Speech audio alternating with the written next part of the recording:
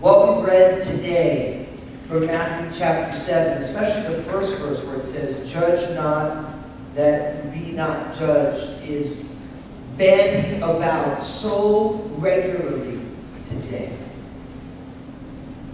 It is so common today. It was not too long ago that I was involved in a situation where there was a Christian man and he was divorcing his wife. And when somebody said to him, "Hey, you know, you're a Christian man, and you know what God says about divorce," he said, "Don't judge me. You know what Jesus said. Judge not, lest you be judged." It's very common when Christians stand up for biblical ideals. And you say, "Hey, listen, that lifestyle decision is not a godly one." What's the first thing that falls out of someone's mouth? Don't judge me. It's amazing that we live in a day and age that both people within the church and people outside of the church want to use Jesus' teachings to justify ungodliness. I want to tell you right now, if somebody comes to you and expresses some concern about your character, the first word that falls out of your mouth is "don't judge me," I guarantee you they're pressing the right button. I guarantee you. Because the only times we want to use Jesus' teachings to justify our lifestyle is when our lifestyle is unjustifiable. You can take that to the bank. I know it's a tough one. But it's the truth. We live in a world that loves judgment. I mean, the most popular TV show in America is American Idol, right? And everybody, whether you like him or not, everybody kind of digs Simon Cowell, right? He stands up there or sits up there. The guy can't sing to save his life. But he is the ultimate authority. And it doesn't matter who you are, he cuts you down.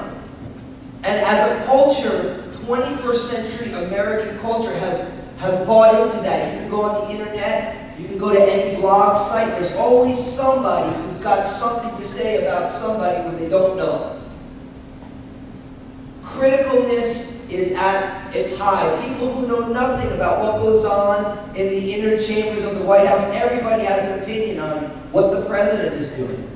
Everybody, no matter how big or small someone's ministry is, there's always somebody who's going to sit down and say, "This is what they're doing wrong." And it's amazing when you insert Jesus Christ back into the Church of Jesus Christ, or you insert Jesus Christ into the life of a person, because he is radically destabilizing to the status quo.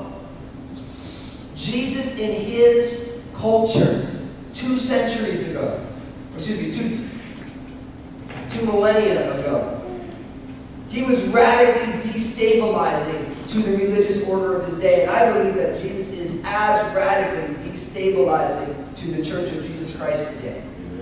Because if Jesus Christ were to walk into most churches or do a comb over on most churches' websites, he would be overturning tables. And in a lot of it, he'll be overturning tables here on Matthew chapter 7. So what's amazing is this whole passage, verses 1 to 6, when you take it in context, Jesus teaches us what is the right way to discern what is happening in other people's lives and in the world. It's not just a pithy phrase to give you justification for ungodliness. It actually is a complete teaching that explains to us both how we should view the world, how we should view people, how we should deal with people in their ungodliness, and how we should deal with ourselves. But as we always say here, Bible Interpretation 101, when you take a text out of its context, what do you have left? A con. You like that? Context. Take text out. What do you have left? A con. I was looking for a good example of this morning during worship. Carney and Beth, they've been married for about 5 weeks. Speaking of marriages, be praying for Mike and Grace.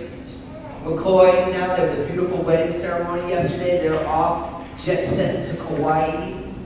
Beautiful wedding. But Carney and Beth, they've been married for 6 weeks, and we were working on were talking about how we wanted to do a certain song, and Carney was talking with Seth, who was running the sound, and it's amazing, through a whole conversation, if you take one little snippet out of it, what do you get? This is what Carney said, one little snippet. He said, I just don't want to hear her voice.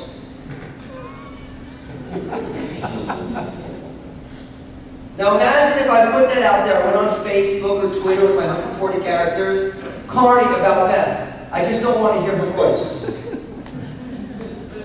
You know Carney's dad would be calling, her sisters would be calling, and we'd be calling. Be like, what is going on?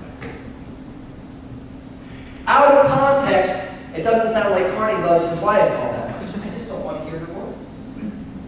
But we're talking about the sound coming up to the band and what Carney wanted to hear through his speaker as opposed to the other speaker. And he's saying, I want her voice to be quieter in my speaker. But out of context, I just don't want to hear her voice. And that is how people use this teaching of Jesus. They lift it up out of the context of the whole, and they throw it out there. But we're going to look at it in context.